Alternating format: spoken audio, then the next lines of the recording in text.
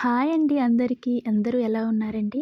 నేనైతే చాలా బాగున్నాను. చూస్తున్నారా మా పూల చెట్లు ఎంత అందంగా కనిపిస్తున్నాయో. ఇంటికి వచ్చిన చుట్టాలందరూ కూడా ఇంటికి ఎవరొస్తే వాళ్ళందరూ కూడా అలా ఆగిపోయి చూస్తున్నారు. అంత అందంగా ఉన్నాయి ఈ పూల చెట్లయితే. నా దగ్గర ఈ పూలు చాలా రకాలు, చాలా రంగులైతే నా దగ్గర ఉన్నాయండి. వాటన్నిటిని కూడా మీకు క్లియర్‌గా అయితే చూపిస్తాను. ఈ మొక్కల్లో స్పెషాలిటీ ఏంటంటే వీటిని పెద్దగా మనం కేర్ చేయాల్సిన పని లేదండి. చక్కగా చిన్న మొక్క లేకపోతే చిన్న ముక్కని తీసుకొని మామూలుగా మనం నేల మీద గుచ్చేసినా సరే బతికేస్తాయి. చాలా ఈజీగా వీటిని పెంచుకోవచ్చు. చాలా అందంగా పూస్తాయండి. ఇల్లు చాలా అందంగా కనిపిస్తుంది. వీటినైతే ఒక 2 టబ్బుల్లో అయితే వేశాను. అవి పాకుతూ ఇంత పెద్దగా అయితే అయ్యాయి. ఈ టబ్బులోనే నేను రకరకాలుగా వేస్తున్నాను చూడండి. ఇది తమలపాకు చెట్టండి. ఇందులో వేశాను. ఇది థర్డ్ టైం వేయటం.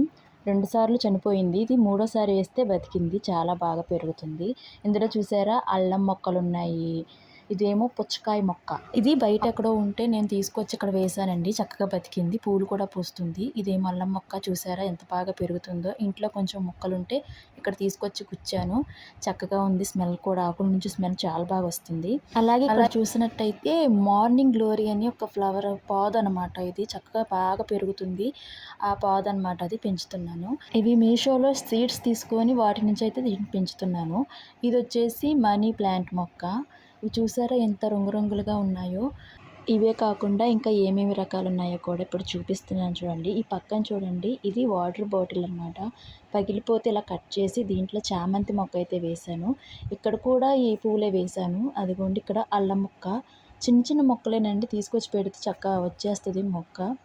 ఇవి చూసారా ఆకుకూరలు నాకెంతో ఇష్టమండి ఇలా ఇంట్లో ఆకుకూరలు పెంచుకోవడం అంటే. వీటిని కూడా నేను మీషో సీడ్స్ అనమాట. ఇవన్నీ మీషోలో తీసుకున్నాను సీడ్స్. గోంగూర చూడండి ఎంత చక్కగా అయితే పెరుగుతుందో. ఇవన్నీ కూడా చాలా చాలా బాగున్నాయండి. ఇలా వేయంగానే మొలకలైతే వచ్చేసినాయి. చక్కగా బాటిల్స్ ఉంటాయి కదా వాటికి అయితే కట్ చేసి ఇలా పెట్టేశాను. ఇవేమో ఆయిల్ టిన్ ఉంటుంది కదా 5 కేజీలవి అవి పడేయడం ఇష్టం లేక ఇలా చేసి అయితే పెట్టాను. ఇది చూడండి మెంతి కూర ఎంత బాగుందో చక్కగా. ఇదేం పాలకూర, కొత్తిమీర ఇలా రకరకాలైతే ఉన్నాయండి ఇందులో. అంతా ఇవన్నీ చూడండి చక్కగా గ్రో అవుతున్నాయి. వాటర్ ఉంటే చాలు చక్కగా గ్రో అవుతాయి. ఈ బుట్టలో కూడా పాలకూరేనండి ఇది.